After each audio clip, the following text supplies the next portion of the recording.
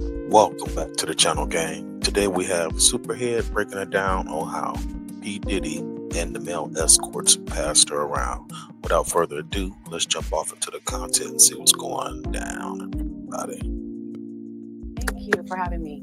A lot of people are kind of aware of your history with Diddy, but for those who know nothing about it, how would you categorize your time with him?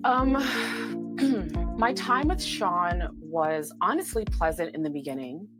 To my recollection, the first time we met, we spent the night together, but he was a consummate gentleman with... Listen, I had no idea we would be getting an interview of Pierre Morgan with Superhead. Would they use that name? Probably not. Let's keep listening. Me in that evening, again, to my recollection. And every other time I saw him after that was in a group setting, so it was fine. The last time I saw him, however, things had taken a bit of a turn. It was after Confessions of a Video Vixen, my first book had been published, and he was seething when he saw me at... Prince had a party at his house, and we were there, of course, before Prince died, and he was scowling at me the whole night, and I found it amusing, but he was obviously very angry with me by that point in our relationship. Why was he so angry with you? Well, 4 months before Confessions was published in 2005, we got a call from Sean's attorney, my attorney did, and Sean's attorney wanted to see the book before the book came out. Confessions of a Video Vixen was an embargoed book, so no one could see it. No one would even get it until the publication date, which was June 5th of that year. And so my attorney told his attorney that he could not get the book and that they would have to wait until the book came out like everyone else. And if they saw a problem in the book, that they were free to reach back out to us, sue us, whatever they felt was necessary. We knew that wouldn't happen because HarperCollins is the publisher of that book, as you know, is a News Corp entity, and those attorneys made sure it was vetted to the fullest, so Sean could never sue, he could never raise any objection to it. And I think he always hated me after that because I left enough. I posed questions in that book that I think sent certain people down the direction that leads us to where we are now. Okay, so obviously, she was a video vixen. If you guys have never seen the cover of the book, this is the cover of the actual book. Let's keep listening. Just explain that a little more. What were the questions you think that we're talking about? Well, honestly, I'm just now getting context on a lot of the questions that I had then. After the trial. The trial gave me way more context.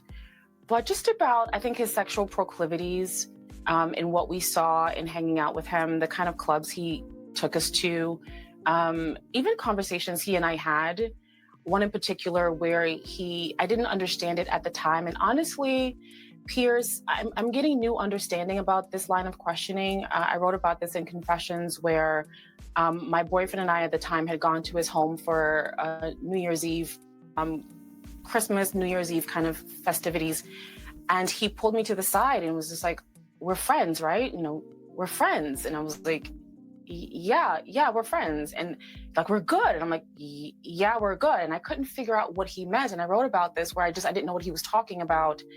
And he just kind of went on to say, I have kids, I have a mom, and if anything got out, it would really hurt them. And I honestly, at that point in stage, did not know or remember what he was talking about. 6.5 hours later. But he was very afraid that I would say something in the book. And honestly, I think he never contacted us back because what he thought I was going to say, I did not say. Possibly because I didn't remember it. What do you think he was fearful of you saying?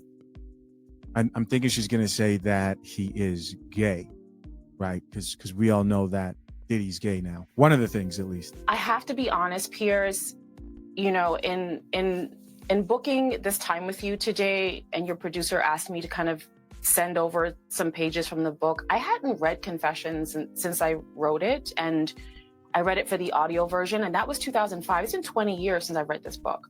in reading what I sent over, which is what I just described to you right now, I wonder a lot of things. He was so afraid that I knew something. And I was confused because the only time that we had together prior to this conversation was alone time at his home, wherein I felt we had a good time. I didn't know, he didn't come on to me. It was very platonic, I thought. So I was confused as to what was it? And so I have to admit, my mind kind of races now that I have more context of his proclivities and what he's capable of. She's not saying anything. And the other thing too is, am I wrong? They sound like they only slept together once, right? This wasn't like an ongoing relationship that they had, but she really hasn't said anything. What is there to hide? If you knew something, then say what you thought. I don't get what's going on here. Of what he was so afraid of, what he thought I knew or what he thought I remembered. I mean, in the book, you talk about the first time you met Diddy in a nightclub at 3 a.m. You said, right there in front of me, Diddy and Gotti, who was the Murder Inc. Records boss, Irv Gotti, made arrangements to send me to Diddy's house in 1 hour. It was 4 a.m. I turned up to Diddy. Yo, pause. Irv Gotti them was having a ball with her, y'all. That mean the whole Murder Inc. them ran down on Superhead. Man, that girl, let me tell you, she must cook gold. Let me tell you, back in the day, probably still today, that's probably why Lil Wayne was so crazy about her, man. This is crazy, yo. I didn't know she was that buck wild. I know she was wild, but not this buck wild. Diddy's home in my SUV. There were security guards in the driveway, all dressed in dark suits with their hands in front of them. They had been expecting me.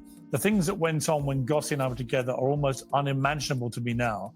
But in the haze of drugs and liquor, it all seemed all right. I was being used over and over again, man after man, all friends and acquaintances of Gotti's. I quickly became Gotti's showpiece. He would turn other people in the industry onto me. I was his party favor. Whenever there was anyone Gotti wanted to impress, he would send them to me and I'd take care of them. Let's be honest. Who didn't know that this was happening to Superhead, right? You don't get a nickname like Superhead in the music industry without building some form of reputation. But actually hearing it and her saying man after man in the mix of drugs or whatever was involved, getting passed around makes it more real. I mean, could it be that what Sean Combs was worried about was that he facilitated this very transactional relationship that you had with Irv Gotti? Is that part of this? I don't think that was it. And honestly, I think it was more insidious than that. The fear, the fright that he had during that conversation at his Miami home, back in whatever year that was, he seemed terrified that I had known something. And I just don't know what he thought I knew or remembered. Oh, you don't know. She doesn't know what she's talking about. The transactional nature of how we met, and which is why, I said in various interviews before that I was gifted to him. It was because no one asked me if I wanted to go. No one asked me. They talked about me as if I wasn't there. I was property to cart around. And that's what they did. If they would have asked me, I still would have gone. So I didn't hold any objection at the time because I would have still done it. Being 21 and it's Diddy and we're having fun and it's just a Saturday night out in LA. Did you actually ever have any kind of sexual relationship at all then? Yeah, I'm sorry, what was that? Did you actually have any kind of sexual relationship with Diddy at all? No, Diddy and I did not. No, well, not to my knowledge. What? So what do you mean by that? Not to my knowledge. I don't. Honestly, I'm questioning a lot of things right now. Well, you think not to my knowledge. No, I don't think anything right now. Just not to my knowledge, because honestly... That's a very strange response, though, to not remember whether you did or not. No, it's not. She obviously did a lot of drugs, would get blackout, wasted, or drunk, whatever she did. She's pretty much saying, guy after guy, she doesn't remember. It could have happened. Who knows? Yeah, isn't it? It is. Yeah, it is. Because honestly, Pierce, before I went through my text, again, I hadn't read Confessions in 20 years. I wrote it. It was painful to write. So I never wanted to re-traumatize myself and go through those years again. And think about this. I'm a middle-aged woman at this point. I don't want to go back into my 20s and see what happened. But in gathering information for this interview here, reading that passage again for the first time in 20 years, I questioned a lot of things like, well, why was he so afraid? And why did he try to, make my boyfriend feel as if I wasn't trustworthy? And do you think he took advantage of you when you were under the influence of alcohol and drugs? I don't know. Honestly, I don't know. But do you fear that's the case now from everything you've read? Honestly, yes. Given the context, now that I know, because again, I never knew any of these things about him before. So the things that I learned in the trial, I did not know. I never saw that side of him. I did not know. I never understood. And again, in 2005, when I published Confessions, it says I didn't understand why he was so fearful of me, because our time together was pleasant. And I was like, wait, what is he so afraid of? What does he not want me to tell? I didn't see anything at that point. At that point, I hadn't seen anything. At that point, we had, I thought, just a friendly, platonic night together. So I was confused then. And 20 years later, I'm confused now. Yeah, what I'm getting so far is that she definitely sounds like she's alluding to maybe Diddy did do something to her. And I mean, to assume that based on no evidence and to make that type of a claim, to me is kind of crazy. Diddy is not some innocent person. And I hope people don't think that I actually believe that at all. What do I mean? I'm sure he's done terrible things in his life. But I think there's another conversation here that a lot of people are afraid to have. And it's this mindset that a lot of the video vixens and a lot of modern women today have. This prioritization for wanting to be as close to the richest man you could possibly get to.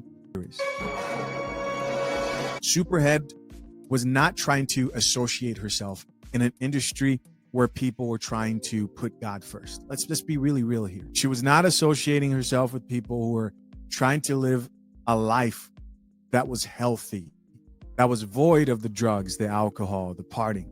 She wanted to be close to these men. You heard her. She said, I was 21. It's Diddy. She says nothing happened. Now I understand. When I first heard her say they had a platonic night together, I don't know why I kind of assumed that something did happen sexually, but I guess not. But the thought of being close or having access to a rich man, like lots of other women today, who make sure that's the forefront of the values that they honor in their lives, regardless of that person's character. She wanted that. And so did Cassie.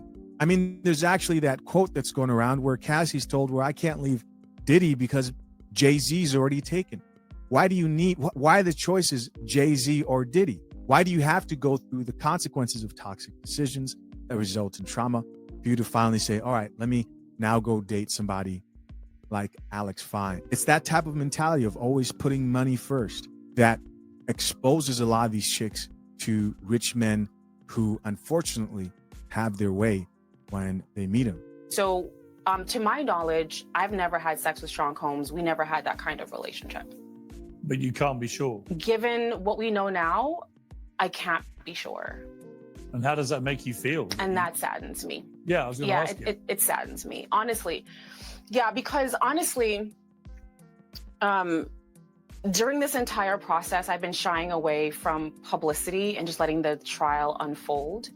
I knew things from just being around and people talking, but I didn't know what was going to come out. There's a few things that I saw that without context were strange to me, but I didn't understand them until the trial. And so I've been quiet this whole time, and I disappeared off of social. I just disappeared for the past year waiting for this thing to unfold. In the unfolding of what I believe to be facts, and definitely the testimonies of Cassie and Jane and even some of the men, and then looking back at the text, I'm like, wait a minute. Okay, when he said, if anything got out, and I'm like, and I remember at the time being so confused, like anything, like what got out? Like nothing happened. We hung out. You were kind. at some point I went to sleep. I don't know when, but I woke up and then we had breakfast and you were kind and I left. Nothing happened. I don't know, Pierce. It just... So she thinks that she might have been a victim of Diddy because of the trial and what she saw happen. And they've got her dressed like a victim here with the Bob style haircut and the necklace. And was that an engagement ring? That's nuts. I feel just in the last 24 hours, I question what I thought I knew about my time with him. All right, guys, listen, of course, I'm curious to know what you guys think. Comment down below. I'm curious to see what these comments say. Top comment said, done brought Superhead out. Yeah, test 1, 2. But anyways, just to piggyback off of my guy, drink the coffee. Yeah, man, Superhead, she know damn well what she did. Only thing that made her forget was the money. See, y'all forget, man. Money make the world go round. Do you hear me? Money, man. That's why she playing this little witch hunt. She just popped back up, came out her little hole just to be relevant again. Just to let us know she's still that chick, you know what I mean? But I didn't know Superhead was that wild like that, though, man. Murder Inc. them was having a ball with her. Irv was passing around as a party girl, introducing her as a party girl. That's what she said, y'all. Whoa. Good interview, though. Y'all go follow Drink the Coffee podcast over there. But man, that was good though. But man, I ain't know she got on like that. But anyways, just keep me up with some fresh content, man. Hey, hit the like button, keep me in the algorithm. Still trying to get to 1,000. So y'all help a brother out, man. I appreciate y'all tuning back in. And until next time, I'll catch y'all after these messages. We'll be right back.